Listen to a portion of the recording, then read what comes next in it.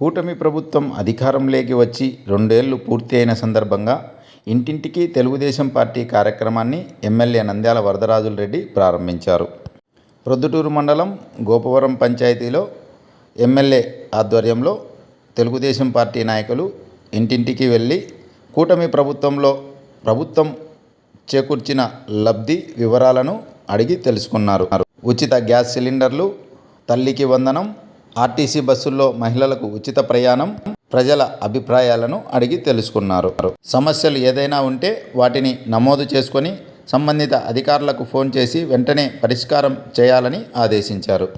కార్యక్రమంలో రాష్ట్ర Shaik welfare development corporation chairman VS Mukhtiyar, TDP జిల్లా కార్యదర్శి వైఎస్ జబీబుల్లా, పార్టీ నియోజకవర్గ పరిశీలకురాలు భావన, మాజీ ఎంపీపీ నంద్యాల రాఘవరెడ్డి, మాజీ ఎమ్మెల్సీ బచ్చల పుల్లయ్య, టీడీపీ నాయకులు బచ్చల ప్రతాప్, బీజేపీ నాయకులు, జనసేన నాయకులు తదితరులు పాల్గొన్నారు. సిలిండర్లు ఇచ్చింది ఆయనే కాబట్టి అన్ని ఎన్నికల్లో ఏదైతే చెప్పినామో అవన్నీ నెరవేర్చినాం కాబట్టి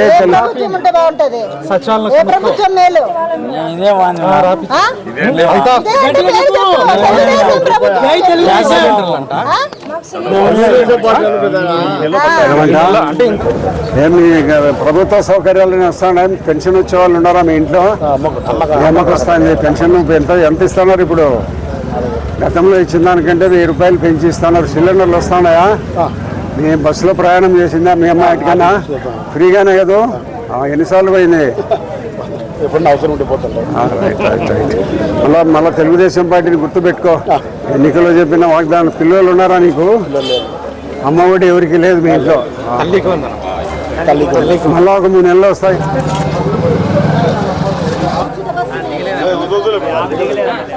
మోకాలు నొప్పి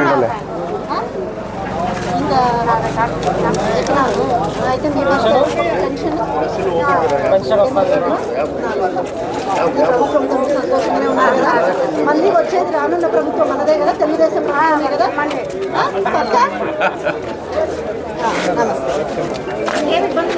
జగన్ అయితే ఒకరే, చంద్రబాబు నడితే ఎంతమంది ఉంటే ఎంతమంది.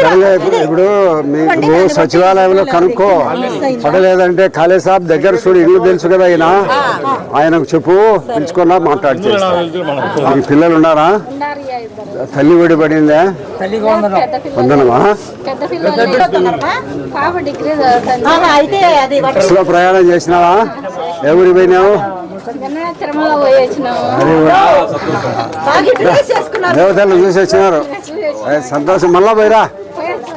అలాగే భగత్ సింగ్ కాలనీలో ఇవాళ మేము విజిట్ చేయడం జరిగింది. Door to door campaign programme Bhagat Singh కాలనీలో నిర్వహించడం జరుగుతోంది. ఈ రోజు మొదటి రోజు. దాదాపు ఈ కార్యక్రమం 45 రోజుల పాటు కొనసాగుతుంది. ప్రతి ఒక్క బూత్ ఇన్ఛార్జ్ కానీ, క్లస్టర్ ఇన్ఛార్జ్ కానీ, యూనిట్ ఇన్ఛార్జ్ కానీ ప్రతి ఒక్క రోజు ఇల్లు సందర్శించాల్సిన అవసరం ఉంటుంది.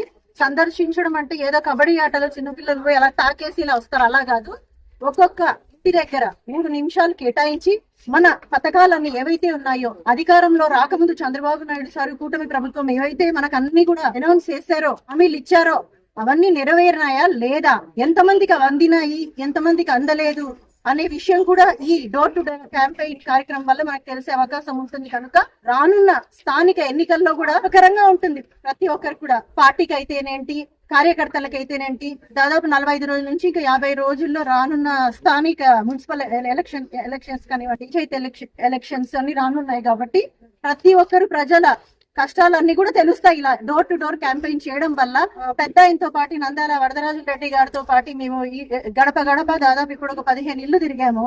ఈ 15 మందిలో దాదాపు 5-6 మంది సమస్యలు చెప్పడం జరిగింది. అవన్నీ పెద్ద ఆయన శ్రద్ధగా నోట్ చేసుకొని, మీరు వచ్చి కలవండమ్మా, మీరు అప్లై చేసుకుంటేనే కదా. ఇప్పుడు కొంతమంది ఒకసారి వెళ్ళిపోయి, ఇప్పుడు మన అవసరం ఉన్నప్పుడు మనం 3 సార్లు తిరగాల్సి వస్తుంది. మన అవసరం అనుకోండి, ఇప్పుడు మీకు ఇల్లు లేదు, ఒకరికి తల్లికి వందనం అందట్లేదు, మీరు పోయి సచివాలయంలో మీరు కాంటాక్ట్ అవ్వాల్సి ఉంటది. ఒకవేళ మీకు అది అందలేదు అనుకోండి, మీరు వెళ్ళి సచివాలయంలో కాంటాక్ట్ అవ్వండి, ఇద్దరిని కలవండి, ఆఫీస్కి వెళ్ళి కలవండి. మధ్యాహ్నం గాల ఈ 45 రోజులు పథకాలు అందిన వాళ్ళందరూ ఇంకా స్థలాలు కావాలి, స్థలాలు లేవంటున్నారు కొందరు. వాళ్ళు కూడా ఆయన దగ్గరికి వెళ్ళి ఎమ్మెల్యే గారిని కలిసి మీరు ఒక అర్జీ పెట్టుకుంటే వాళ్ళు ఏర్పాటు చేయడం జరుగుతుంది. ఇప్పుడు మేము ఈ రోజు కూటమి ప్రభుత్వం అధికారంలోకి వచ్చిన తర్వాత ఎన్నికలకు ముందు ఏదైతే వాగ్దానాలు చెప్పినామో ఆ వాగ్దానాలన్నీ నెరవేర్చిన తర్వాత అందరి దగ్గరికి పోయి మీకు అన్ని ప్రభుత్వం గతంలో ఎన్నికల ముందు చెప్పినవన్నీ నెరవేర్చినానేమో సూపర్ 6 ఇవన్నీ వస్తున్నాయా లేదని కనుక్కొని మరొకసారి ఎక్కడైనా పొరపాటు జరిగింటే వాళ్ళ దగ్గర నుంచి మళ్ళీ రెక్టిఫై చేయాలనే ఉద్దేశంతో మా గౌరవ ముఖ్యమంత్రి కూటమి ప్రభుత్వము దీనికి శ్రీకారం చుట్టింది. రోజు నుంచి 45 రోజులు ఈ యొక్క ఇంటింటి కార్యక్రమం జరిగి అందరి యొక్క సమస్యలను తెచ్చుకోవాలనేది మా కూటమి ప్రభుత్వ లక్ష్యం. ఇట్లా భాగంగా మేము ఇక్కడ ఒకరిద్దరు ముగ్గురికి ఇల్లు స్థలాలు కావాలని అడిగినారు. ఇల్లు స్థలాలు కావాలని చూసి ఆన్లైన్లో చూస్తే జగనన్న కాలనీలో గతంలో వాళ్ళ ఇళ్ల స్థలాలు వచ్చినాయి. ఇళ్ల స్థలాలు వచ్చినట్టు వాళ్ళకు తెలియదు కూడా. ఇల్లు వాడు మంజూరైనాయి, ఇంటి డబ్బులన్నీ తీసుకొని తినేసినారు. ఇప్పటికే ఈ వీధిలో 2 దొరికినారు. జగనన్న కాలనీలో పొద్దుటూరు పుట్టినప్పటి నుంచి 37,000 ఇళ్ళు ఉంటే జగనన్న కాలనీకే 2019-20లో ఇంటి స్థలాలు పేదలకు ఇవ్వాలనే ఉద్దేశంతో అప్పుడు జగనన్న కాలనీని ఏర్పాటు చేసే దాంట్లో 23,000 మందికి ఇల్లు కావాలని ఓటర్ లిస్టు పెట్టుకొని లిస్టు రాయడం జరిగింది. మామూలుగా ఎట్లా జరుగుతుందంటే ఇండ్లు లేని వారు అప్లికేషన్ పెడితే తహసీల్దారు వాళ్ళు ఇంటి దగ్గరికి పోయి విచారించి పేదవాడని నిర్ధారణ చేసిన తర్వాత ఇళ్ల స్థలాలు ఇవ్వడం జరుగుతుంది. 1,000-2,000 పొద్దుటూరు మొత్తం అంతా కూడా కలుస్తాయి. కానీ జగనన్న కాలనీకి 23,000 ఇల్లు ఓటర్ లిస్టు పెట్టుకొని పేరు రాసినారు. ఇప్పుడు నేను ఎందుకు చెప్తున్నా విషయం, ఆయమ్మకు జగనన్న కాలనీలో ఇల్లు వచ్చింది. మనం ఆన్లైన్లో మళ్ళీ కొత్తగా అప్లై చేసి ఆయమ్మని ఆన్లైన్ కొడితే జగనన్న కాలనీలో ఇల్లు చూపిస్తుంది. మేము మళ్ళీ కొత్తగా ఇప్పుడు మా గౌరవ ముఖ్యమంత్రి గారు గ్రామీణ ప్రాంతాలలో 3 సెంట్లు, పట్టణ ప్రాంతాల్లో 2 సెంట్లు ఇవ్వాలనే స్కీమ్ మనం అమలు చేయాలని మేము చేసే ప్రయత్నంలో ఆ అమ్మకు కొడితే ఆన్లైన్లో జగనన్న ఇల్లు వచ్చినట్టుంది.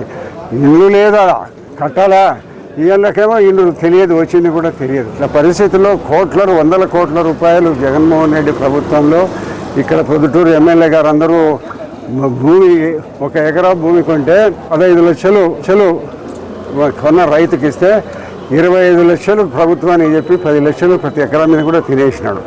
ఆ మాదిరిగా ఎక్కువ ఎకరాలు కొంటే అంత 10 ఎకరా మీద 10 లక్షలు వస్తుందనే ఉద్దేశంతో 23,000 ఇల్లు పొద్దుటూరు పుట్టినప్పటి నుంచి 37,000 ఈ పొద్దుటి వరకు కూడా పేదలు 23,000 మంది ఎక్కడి నుంచి వస్తారు. భూమి ఎంత ఎక్కువ భూమి కొంటే అంత ఎకరాకి 10 లక్షలు వస్తుందనే ఉద్దేశంతో హోటల్ లిస్టు పెట్టుకొని రాసినారు.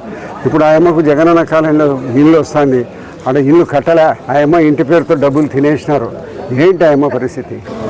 ఈ మాదిరిగా దుర్మార్గమైన ప్రభుత్వం జగన్మోహన్ రెడ్డి ప్రభుత్వంతో ఎమ్మెల్యేలు కానీ ఎంపీలు కానీ దోచి పారేసినారు. ఈరోజు నేను పేదవానికి న్యాయం చేయాలని మేము ఆలోచిస్తుంటే ఏ విధంగా న్యాయం చేయాలనేది మాకు అంతుపట్టని విషయంగా ఉంది.